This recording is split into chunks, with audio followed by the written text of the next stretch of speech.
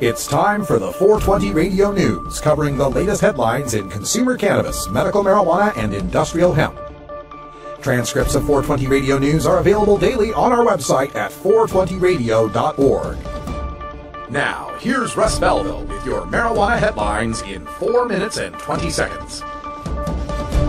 This is your 420 Radio News for Monday, September 22nd, 2014.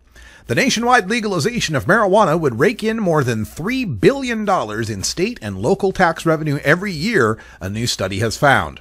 While the study estimates Colorado will rake in $78 million in sales and excise taxes by June 2015, California comes out on top and would tally more than $519 million, roughly the equivalent of the state's entire parks and recreation budget, consumer group NerdWallet announced on Monday. Texas, Florida, Michigan, and New York also stand to get the most revenue, while rural Midwestern states would earn the least. The study did not take into account reduced spending on law enforcement by not having to enforce certain laws, medical marijuana sales, and fluctuations or potential long-term market shifts.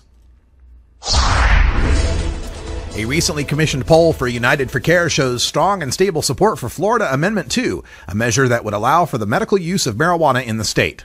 According to the survey conducted on behalf of United for Care, the main organization advocating for passage of the amendment, 69% of likely voters in Florida support this measure, with only 28% opposed. 60% approval is needed to pass a constitutional amendment in the state of Florida.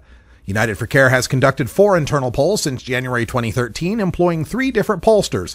The first survey by Hamilton Campaign showed 70% support in January 2013.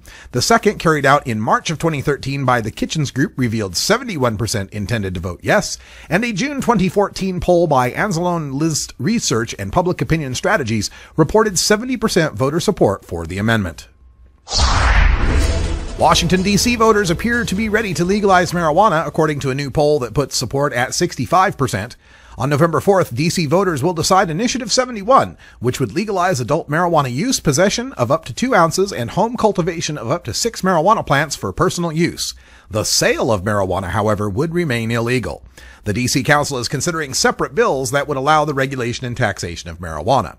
According to the Washington Lawyers Committee, arrest statistics from 2009 to 2011 revealed that 9 out of 10 people arrested for drugs in Washington were black, though blacks make up just slightly more than half of the city's population.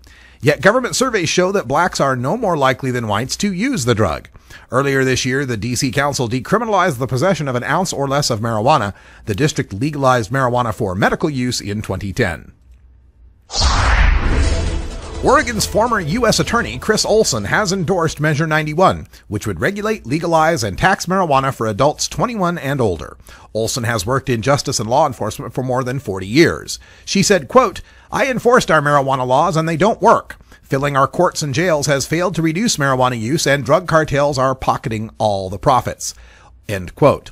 Olson joins several other high-profile supporters of Measure 91, including former Oregon Supreme Court Justice Bill Riggs and former Addictions and Mental Health Services of Oregon Director Richard Harris. She continued, quote, With the limited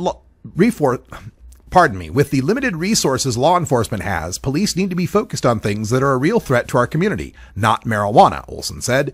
"We want them to be spending their time on real problems, dangerous, addictive drugs like meth and heroin, and most of all, violent crime." End quote.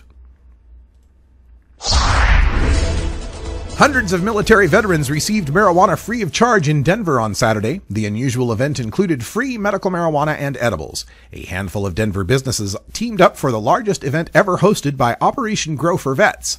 Saturday's Denver Cannabis Giveaway also handed out 400 bags of marijuana-infused products to military veterans in need.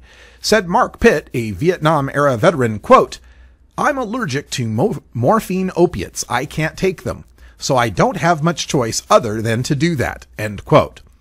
But Bob Doyle, with the Colorado Smart Approaches to Marijuana, or Project SAM, questioned the safety of giving out the green to the veteran population.